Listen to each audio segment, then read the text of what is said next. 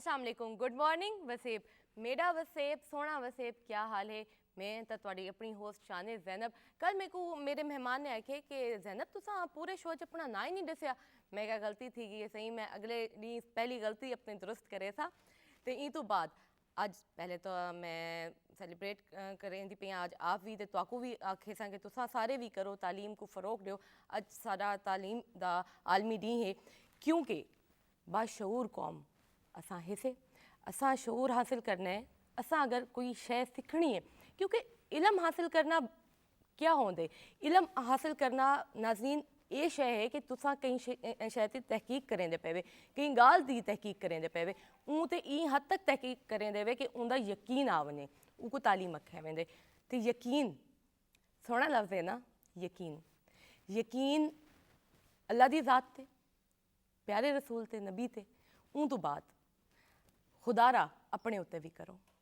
यकीन अपने उत्ते किवें करे सो, ये बहुत औखी गाल है, क्योंकि असा सब तो ज़्यादा अजकल दा अगर मैं एक गाल करा अपने सोसाइटी की गाल करा तो एक गाल मैं लेदी पई हाँ कि अपने उत्ते साकू एतमाद कहनी असा क्या करें पे साकू सारे तो ज़्यादा जी एक शय डिस्टर्ब करें पई है ना ई टाइम, वो है ओवर कॉन्फिडेंस थी वेंदे से, या अपना कॉन्फिडेंस बिल्कुल डेड करके अपने आप ते यकीन नहीं रखेंदे, उथा ही आके सारा कुछ डिस्टर्ब थी वेंदे। ते तालीम साकू शऊर देंदी है, साकू खुद एतमादी देंदी है।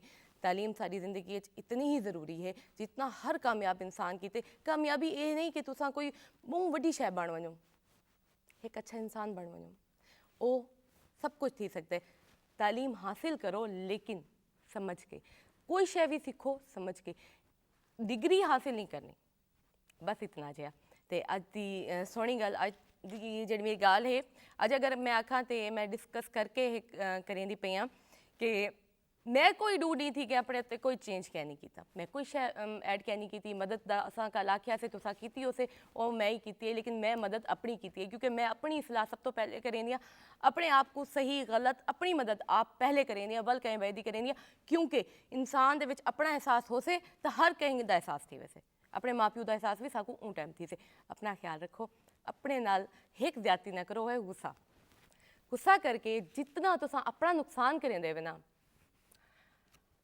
सच्ची अज ई गाल तो भी गाल थी से मेरे नाल साढ़े अपने डॉक्टर, साढ़े अपने डॉक्टर हुण तां साड़ी टीम का हिस्सा है, साढ़े अपने घर का हिस्सा है, साढ़े अपने वसेब टीवी का हिस्सा है, PTV का हुण असाकू मुल्तान का एक वो चेहरा बन गए। इन्हां तो बगैर साकू हुण दो चार डी थी वञे ना डॉक्टर साहब को फिरवाओ, असां अज उन्हां नाल गाल करनी है। मैं गाल करें दी पई हाँ डॉक्टर मोहम्मद कबीर की, स्किन स्पैशलिस्ट हैं, तो तुहाड़ी किते नवें कहनी उमें भी नवें कहनी, इन शोए च ही नवें कहनी, तुहाड़े तां अपने डॉक्टर हैं।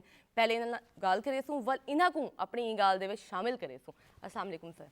अस्सलाम वालेकुम, good morning. Good morning sir. हाँ, हमें भी अच्छा लगना शुरू हो गया यहाँ पे। डेफिनेटली हम चाहते हैं कि कम्युनिटी में जो बात एक क्लिनिक पे उतनी नहीं हो सकती जितनी कम्युनिटी में की जा सकती है, क्योंकि लाखों लोग इसको देख रहे होते हैं और हम रूटीन में चंद लोगों को समझा रहे होते हैं। ऐसे ही तो एक बड़ा प्लेटफॉर्म है PTV, और मैं अप्रिशिएट करता हूँ आपको, आपकी टीम की एफर्ट्स को। Thank you. और मुल्तान और हमारा जो ख़ास तौर पे साउथ पंजाब है, यहाँ पे वैसे भी अवेयरनेस की ज़्यादा ज़रूरत है बहुत बाकी जगहों ज़रूरत की है, निस्बत। बिल्कुल।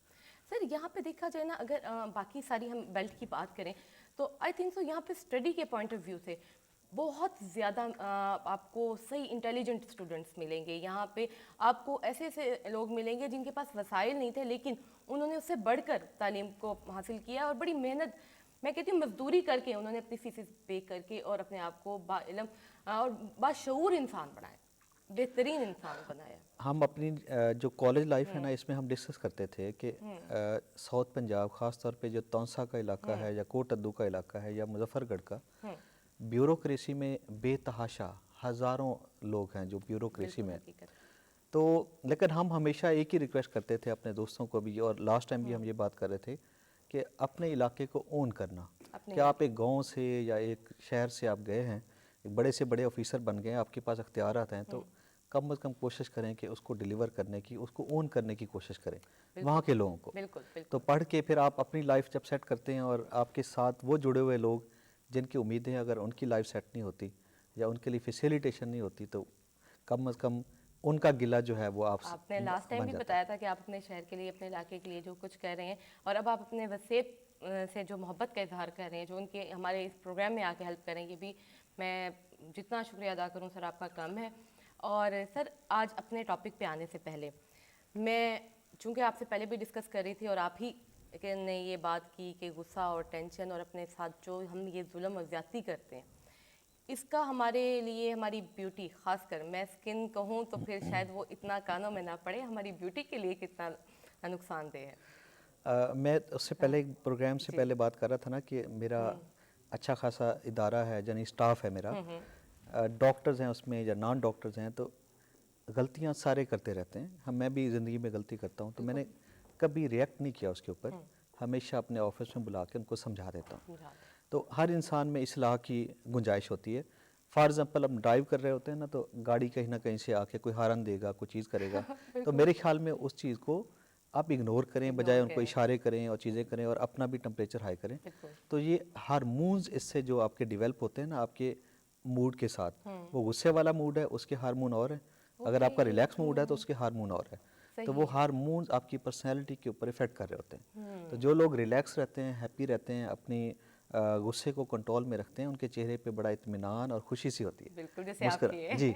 तो उससे उससे क्या होता है कि आपकी जो फंक्शनिंग या वर्किंग है वो ज़्यादा बेहतर हो जाती है। तो जब आप, मेरे पेशेंट भी अक्सर कहते हैं डॉक्टर साहब आप गुस्सा नहीं करते, इतने हम सवाल करते हैं, इतने सवाल करते हैं। तो मैंने कहा जी गुस्सा इसलिए नहीं करते कि आपके सवालों का जब हम अच्छे तरीके से जवाब देते हैं, मुतमईन करते हैं, तो फिर आपके लिए उस प्लान को फॉलो करना आसान हो जाता है। सर गुस्सा करने से आई थिंक सर रिंकल्स का भी इशू आ जाता है, रिंकल्स का, एक्सप्रेशन का, वही वाले हम कहते हैं ना जी गुस्से वाली लाइन 11 डेवलप हो जाता है यहाँ पे, तो वो आपका एक्सप्रेशन लाइंस होती हैं। सर मेरा तो अभी नहीं हुआ ना डेवलप। यूरोप के अंदर एक खातून ने रिकॉर्ड कायम किया कि उसने 30 ईयर स्माइल नहीं किया, ना ही गुस्सा नहीं किया, तो वो रिंकल फ्री रही है। तो उसने वो एक Guinness book of world record में कि एक्सप्रेशंस कितने इंपॉर्टेंट है। कुछ लोगों की लाफ लाइन बहुत डीप हो जाती है क्योंकि वो इतना खुल के स्माइल करते हैं कि उनका वो मसल जो है वहाँ की फैट को ऑब्जर्व कर देता है। बिल्कुल हकीकत बात है। और मैं तो वो शिद्दत पसंद इंसान हूँ, क्या करूँ, मैं तो गुस्सा भी करूँ, और कुछ लोग कहते हैं डॉक्टर साहब मेरी एज तो हाँ। 25-26 साल है लेकिन मेरी सारे माथे पे रिंकल्स आ गए हैं। वो बेसिकली उसकी पर्सनैलिटी का पार्ट बन जाते हैं, क्योंकि वो उनके एक्सप्रेशन देने का स्टाइल इस तरीके से होता है कि कुछ लोग ऐसे हैं कि वो हर वक्त उन्होंने पढ़ाई लिखाई वाला काम करना है और उसके बाद उनकी जो ये फोकस करने की वजह से ये वाला जो मसल है ये बहुत ज़्यादा इसमें अकड़ाव में आ जाता है, तो वहाँ 11 बनता है। 11 बन जाता है। अब मैं स्किन स्पेशलिस्ट पे ही रात से सर्च कर रही थी, तो मुझे एक और बात का भी हुआ, और आपने लास्ट टाइम भी इस पे डिस्कस किया था, तो इस पॉइंट को देखते हुए मैं सर्च कर रही थी कि ख़ासकर आप जैसे डॉक्टर्स जो कि तालीम हासिल करते हैं, डिग्री हासिल नहीं करते, जो कि अपने काम को अपना पैशन समझ के कर रहे होते हैं, और बिल्कुल मैं देख रही थी कि आप लोगों के एक्सप्रेशंस भी नोट करते हैं कि वो किस तरह बात हो रही है, कौन सी नहीं हो रही है, किस तरह, और ये आपके पढ़ाई का भी एक तरह से पार्ट है। आपको अगर देखा जाए तो इस चीज़ को भी एक तरीके से स्टडी में ऐड किया गया है आपकी, कि लोगों को समझना, उनकी नफ्सियात को समझना, उनकी जो भी ज़िंदगी में चल रहा है उसको समेट के आपने उस हिसाब से उनको मेडिसिन देते हैं, या जो भी स्किन की इश्यूज़ हैं, क्योंकि हर बंदा आके तो नहीं कहेगा ना आपको कि मैं टेंशन में हूँ, मैं प्रॉब्लम में हूँ, मुझे कोई इशू है। इसी तरह अगर देखा जाए तो हेयर, आज का नाज़रीन साडा आज दा टॉपिक है हेयर दा, हेयर फॉलिंग दा। मैं तो आपको पहले दस रही हूँ तक थाई ना वैसे ना थाई बात हो सर। एक तो आज हम हेयर पे बात करेंगे, हेयर फॉलिंग पे, ठीक है। मैं ना बात अपनी स्टार्ट करता हूँ कि कभी भी कि आपकी स्किन अच्छी है तो आप ज़रूरी नहीं कि खूबसूरत लगेंगे। आपकी स्किन अच्छी होना, उसके साथ आपके बाल अच्छे बेहतरीन क्वालिटी वाले होना, और आपकी जो बॉडी है उसका भी ठीक होना ज़रूरी है। मैं बड़ी इंपॉर्टेंट बात करने लगा हूँ। लोग क्लिनिक पे आएंगे, डॉक्टर साहब मुझे वाइटनिंग इंजेक्शन लगवाना है, स्किन की हालत देखते हैं तो रफ, ओपन पोर्स, एक्नी, और अगर फिजिक की हालत देखें तो बैली भी निकला हुआ है।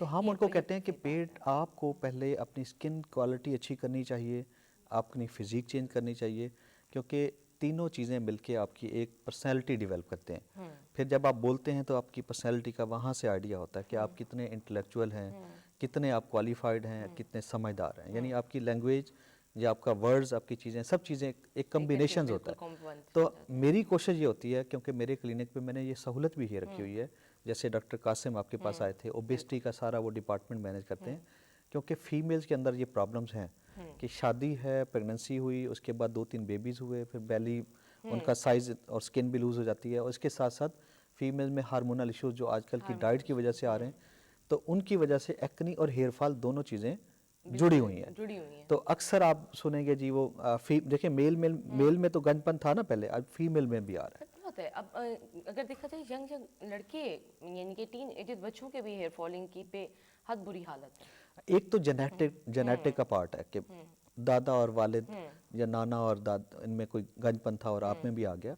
एक ये हार्मोनल रिलेटेड चीज़ें हैं जो आपकी आजकल के डाइट और स्ट्रेस और ये इन चीज़ों के रिलेटेड इश्यूज हैं। इसको अपना जो हार्मोन इशू है ना, इसको हम खुद कोप कर सकते हैं, वो हमारी लाइफस्टाइल के साथ जुड़ा हुआ है, मेडिसिन से जुड़ा हुआ नहीं है। क्योंकि बहुत सारे लोग क्लिनिक पे आते हैं, डॉक्टर साहब हेयर फॉल है, तो मैं जब उनका अल्ट्रासाउंड जाके फीमेल्स का करवाता हूँ कि जाएं अपनी गायनाकोलॉजिस्ट के पास, ये वाला अल्ट्रासाउंड करा के आएँ, तो पता चलता है कि उसको उनकी ओवरीज में सिस्ट हैं जिनकी वजह से हार्मोन्स इम्बैलेंस हो चुके हैं। सर एक कॉल है, हमारे साथ कॉलर हैं, बात करते हैं। हेलो, अस्सलाम वालेकुम। जी वालेकुम सलाम, कौन है हमारे साथ? मैं लैला बात कर रही हूँ मुल्तान से। हेलो हेलो हेलो जी, थोड़ा वॉल्यूम ऊंचा बोलें। हेलो हेलो, अस्सलाम वालेकुम। जी जी, वालेकुम सलाम, कैसी हैं आप?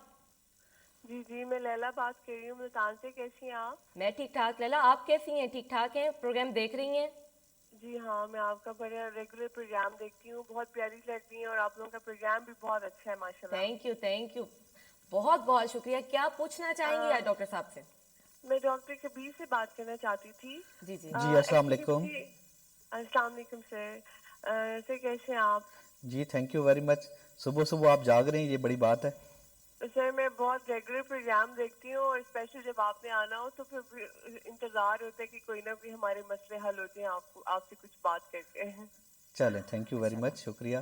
फिर तो आपने को आज नाश्ता भी अच्छा एंजॉय किया होगा, साग वगैरह का। जी जी बिल्कुल। ऐसे ही है ना, मुल्तान में साग अच्छा सा मिलता है हाँ ओरिजिनल जी फार्म में। बिल्कुल बिल्कुल। जली जी हाँ प्लीज़ जी पूछिए, आप क्या पूछना चाहती हैं? सर मैं पूछना चाहती हूँ कि मुझे आजकल हेयर फॉल्स का बहुत ज़्यादा इशू है, प्लस डैंड्रफ। और हेयर फॉल जो है ना वो स्टॉप ही नहीं हो रहा, और मैंने सही। सुना है कि हेड पीआरचीएफ जो है वो करवाने से हमें मतलब कितने बेनिफिट्स मिलते हैं उससे। अगर हम करवाएं हमारा हेयर फॉल स्टॉप हो जाएगा और डैंड्रफ खत्म हो जाएगी और बालों में ग्रोथ में भी इजाफा होगा और लेंथ भी होगी। तो काइंडली ये आप हमारा आज मुझे का टॉपिक। जी पीआरचीएफ के लैला, बारे बहुत में अच्छा थोड़ा। सवाल है आपका। बड़ा अच्छा सवाल है। जो हेयर फॉल है उसकी सिर्फ डैंड्रफ उसकी रीज़न नहीं होती, ठीक है, डैंड्रफ इसका एक पार्ट है। बल्कि लैला अब आप सुने स्क्रीन पे, ठीक है? जी आपको जैनब। आज पूरी इंफॉर्मेशन मिलेगी और इंशाल्लाह आप ओके, कल डॉक्टर के क्लिनिक पे होंगी। बहुत जी शुक्रिया, इंशाल्लाह। थैंक यू सो अच्छा, मच। इसमें जो हेयर फॉल की जो रीज़न्स है ना, हम हमेशा एज अ स्पेशलिस्ट वो रूल आउट कराते हैं। ठीक है। हमारे यहाँ लोग समझते हैं कि उनको विटामिन डी जो है उनका कभी इशू नहीं हो सकता, लेकिन पाकिस्तान में 70% आबादी को विटामिन डी डेफिशिएंसी चल रही है। बिल्कुल। हम समझते हैं कि यहाँ सूरज है, लेकिन सूरज हम खाते नहीं हैं, यानी बैठ के कोई कभी हमने सूरज की किरणें ली हों या बैठे हों उसके अंदर कि प्रॉपर सन बाथ ले रहे हों जैसे दुनिया में ट्रेंड बिल्कुल है। ऐसे ही है। अच्छा, एक फेरेटिन यानी आयरन और फेरेटिन ये बॉडी का इंपॉर्टेंट पार्ट है, जिससे हीमोग्लोबिन भी बनती है और आगे आपकी बॉडी के ब्लड के सेल बनते हैं, तो वो भी डेफिशिएंसी चल रही है। सही। तीसरा मैं बात कर रहा था हार्मोनल इम्बैलेंस, खवातीन के अंदर ओवरीज में सिस्ट बन जाना, और ये 14-15 ईयर की एज में स्टार्ट हो जाता है। स्टार्ट हो रहा है। हमें कैसे पता चलता है कि पेशेंट प्रेजेंट करता है कि जी डॉक्टर साहब एज बहुत थोड़ी है और चेहरे पे बाल आना शुरू हो गए, तो चेहरे पे बाल आना ये पहली अलामत में से है कि आपका हार्मोन उल्टा हो गया, यानी मेल हार्मोन आपके अंदर ज़्यादा होना शुरू हो गया और फीमेल कम होना शुरू हो गया। तो फिर मेल वाला काम शुरू हो जाएगा, यहाँ चेहरे पे बाल आएंगे तो सही। आपके सर के बाल पतले भी होंगे, कुछ साल पहले पतले होते हैं, उसके सही। बाद थिन होने के बाद गिरना शुरू हो जाते हैं। ठीक तो ये आपकी क्या होती है, हार्मोन्स हार्मोनल का चेंज issue, की बिल्कुल, अलामत ठीक है। है। और थर्ड चीज़, वक्त के साथ आपकी वेट इंक्रीज होता है, लोअर बॉडी का वेट, ये याद रखें। अपर बॉडी के अंदर इतनी चेंज नहीं आती, लोअर बॉडी आपकी ठीक यानी है। बेली से और नीचे जो थाइज एरिया इनके ये अंदर हार्मोन ये टिपिकल इम्बैलेंस एक हाँ, उसके हार्मोन की वजह से चेंजेस हैं। ठीक है। तो ये जो चेंजेस हैं इनको डिटेक्ट करना कि क्या विटामिन डी की डेफिशिएंसी है, फेरेटिन लेवल डेफिशिएंसी है, या आपकी बॉडी के अंदर हार्मोनल चेंजेस हैं, या फिर सिबोरिया या डैंड्रफ जिसकी ये बात कर रही हैं, ये बड़ा कॉमन इशू हुआ है। और इसके अंदर भी बहुत सारे फैक्टर्स हमारे इन्वायरमेंट के रोल प्ले कर रहे होते हैं। तो जब हम इसको डिटेक्ट कर लेते हैं तो उसके बाद हम डिसाइड करते हैं क्या हमें पीआरपी पे जाना चाहिए या सिर्फ मेडिकेशन एनफ है। ठीक है, जितने भी इश्यूज हैं ये सारे के सारे स्कैल्प के अंदर खून की सप्लाई को कम कर देते हैं। बिल्कुल, क्योंकि हमारे बालों के नीचे भी तो एक जिल्द ही है जिल्द है और हम वो भूल गए हैं सर। बिल्कुल ऐसे है। तो जिल्द जब उसमें खून की सप्लाई कम होगी तो रूट्स में न्यूट्रिशन का जाना कम हो जाएगा।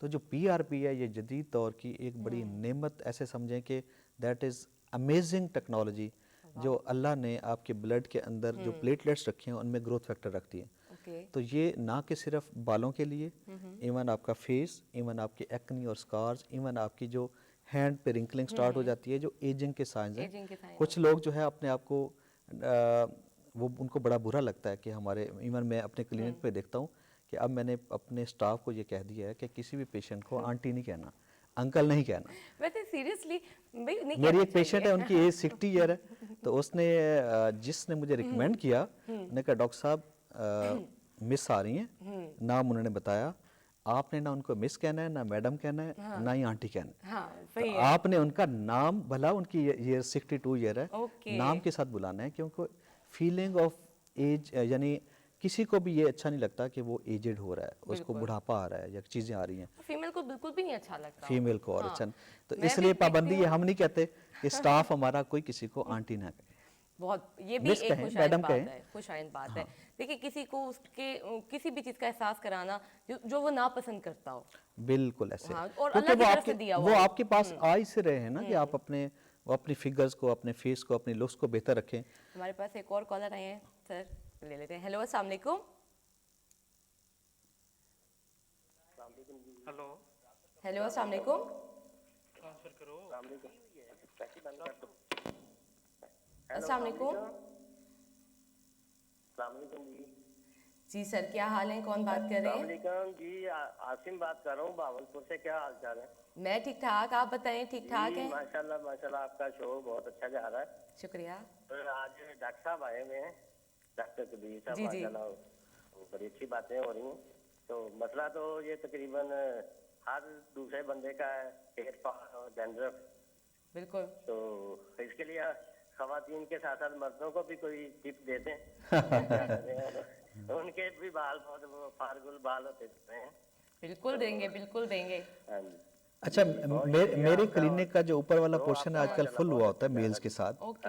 और मेरे कॉन्शियस बहुत है अच्छा, आजकल, बहुत conscious है। जो रेशियो पहले होती थी ना कि बल्कि 80, जी सर, आप सुने प्रोग्राम में, और बहुत शुक्रिया आपका फ़ोन करने का कि हमारी बातें आज इतनी दिलचस्प है कि हम भूल ही गए कि हमारे साथ कॉलर भी थे। जी जी सर। अच्छा पहले रेशियो होती थी 80-20, यानी ठीक है। 80% फीमेल्स 20% मेल। वो रेशियो अब बिल्कुल 60-40 पे या 50-50 पे। हर मेल कॉन्शियस है कि उसके बाल होने चाहिए। पहले लोग विग लगवा लेते थे, गुजारा करते थे कि चलो जी शादी आ रही है। तो अब क्योंकि टेक्नोलॉजी इतनी एडवांस है कि हेयर ट्रांसप्लांट यानी बाल लगाने का जो सिलसिला, या बाल आपके गिर रहे हैं उनको ठीक करने का, टेक्नोलॉजी ने इतनी डेवलपमेंट कर दी है। जो एस्थेटिक्स क्लिनिक्स हैं ये सॉल्यूशंस प्रोवाइडर हैं। Solution provide. तो आपकी प्रॉब्लम, पहले मेडिसिन चलती रहती थी, मसला हल हो ना हो, और पेशेंट भी सारे शहर के डॉक्टर घूम लेता था। सही। अब आपके पास सोल्यूशन है आप उस मसले का। यानी हम उसी बात को दोबारा कंटिन्यू करते हैं कि आप पहले अपने कंसल्टेंट स्पेशलिस्ट को दिखाएं। ठीक है। आपका वो प्रॉब्लम जब डायग्नोज कर लेगा कि आपका हेयर फॉल होने की रीज़न हार्मोन है, हार्मोन्स हैं। या आपकी आयरन या सीबीसी, आपका जो ब्लड काउंट है वो कम है, या आपके विटामिन डी डेफिशिएंसी है, या कोई स्ट्रेस रिलेटेड आपके अंदर जो जैसे एग्जाम्स हैं, स्ट्रेसेस हैं, फैमिली इश्यूज हैं, या न्यूट्रिशन कहीं कम हुई है। तो जब वो डिटेक्ट हो जाता है तो फिर उसको ट्रीट करते हैं। फिर उसको ठीक। अब हम आते हैं पीआरपी पे कि पीआरपी तकरीबन इन सब चीज़ों का हल तो ज़रूर है, लेकिन बेसिक प्रॉब्लम का ठीक होना भी ज़रूरी है इसके अंदर। कि आपको हार्मोनल इशू है तो उसको ट्रीट करें और साथ पीआरपी कराएं। अब पीआरपी क्या है, ये बहुत बड़ा सवाल है। लोग हमारे सोशल मीडिया पे भी कॉन्टेक्ट कर रहे होते हैं, क्लिनिक पे भी। तो PRP stands for platelet rich plasma. Great. ठीक है जी।